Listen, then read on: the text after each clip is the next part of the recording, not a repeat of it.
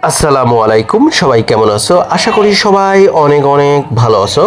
আজকে যে বিষয়টা তোমাদের সাথে শেয়ার করতে যাচ্ছি, একদমই তোমরা যারা নতুন ইংরেজি শিখতে চাও, ইংরেজির কিছুই পারো না, তাদের জন্য ভিডিওটা অনেক অনেক ইম্পর্টেন্ট। এই কারণেই বলছি যে কারণ এরকম শর্ট ডায়লগ বা সেন্টেন্সগুলো যদি আমরা না পারি, না তৈরি করতে পারি, এর অর্থগুলো যদি না জানি, কখনোই কিন্তু সম্ভব না ইংরেজিতে কথা বলা। যাক বন্ধুরা, আমরা প্রথম থেকে শুরু করি। প্রথম যে সেন্টেন্সটা আছে দেখো, এটা হচ্ছে I want to know that. এর অর্থ হচ্ছে আমি সেটা জানতে চাই। বাট এখানে যদি তোমরা সংক্ষিপ্ত এইভাবে বলো আই ওয়ান্না নো দ্যাট, এর অর্থ হচ্ছে আমি সেটা জানতে চাই। বাট এইটা ভেঙে ভেঙে করা আছে যে I want to know that, আমি সেটা জানতে চাই। যাই হোক বন্ধুরা, তোমরা যে কোনো একটা কন্ট্যাক্টেড ফর্মও ইউজ করতে পারো, অথবা I want to know that এটাও ইউজ করতে পারো।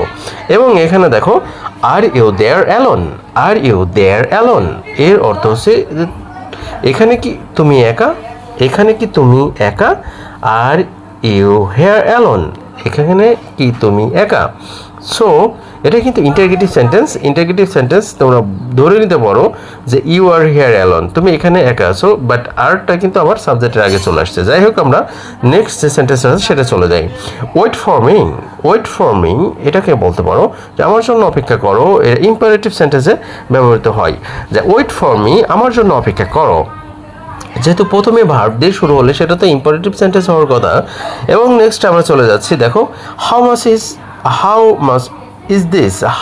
ইজ দিস, এটার মূল্য কত অথবা এটার দাম কত। আমরা কাউকে যদি জিজ্ঞেস করি যে হাউ মাচ পর্যন্ত যদি বলি, সে ধরে নেয় যে না এটার মূল্য কত বোঝাচ্ছে, হাউ মাচ পর্যন্ত আমরা বলি।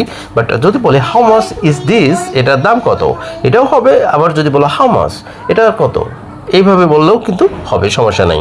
আমরা নেক্সটে চলে যাই। দেখো টক টু মি এর অর্থ হচ্ছে আমার সাথে কথা বলো। টক টু মি এর অর্থ হচ্ছে আমার সাথে কথা বলো। নেক্সট যেটা আছে দেখো হেয়ার ইজ কামিং সুন, এটাকে আমরা কিন্তু হেয়ারস কামিং সুন, সে শীঘ্রই আসবে।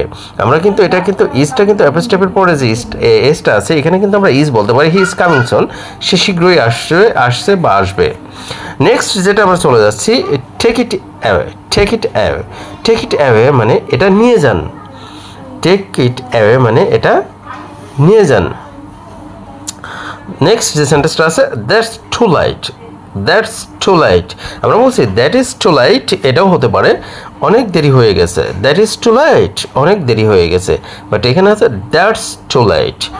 আমরা এখানে অ্যাপোস্ট্রফির পরে যে এসটা আছে, এখানে আমরা ইজও বসাতে পারি, অ্যাপোস্ট্রফি তুলে দিয়ে, তাও হবে, সমস্যা নাই। অ্যান্ড ফাইনালি যে সেন্টেন্সটা আছে সেটা দেখো নেভার মাইন্ড মানে কিছু মনে করো না বা মনে করবেন না, অথবা কিছু মনে করবেন না, নেভার মাইন্ড।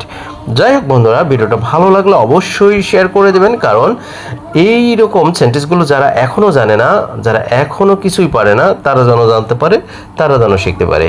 সো বন্ধুরা, আজকে এই পর্যন্ত, ভালো থাকবেন, সুস্থ থাকবেন, আল্লাহ হাফেজ।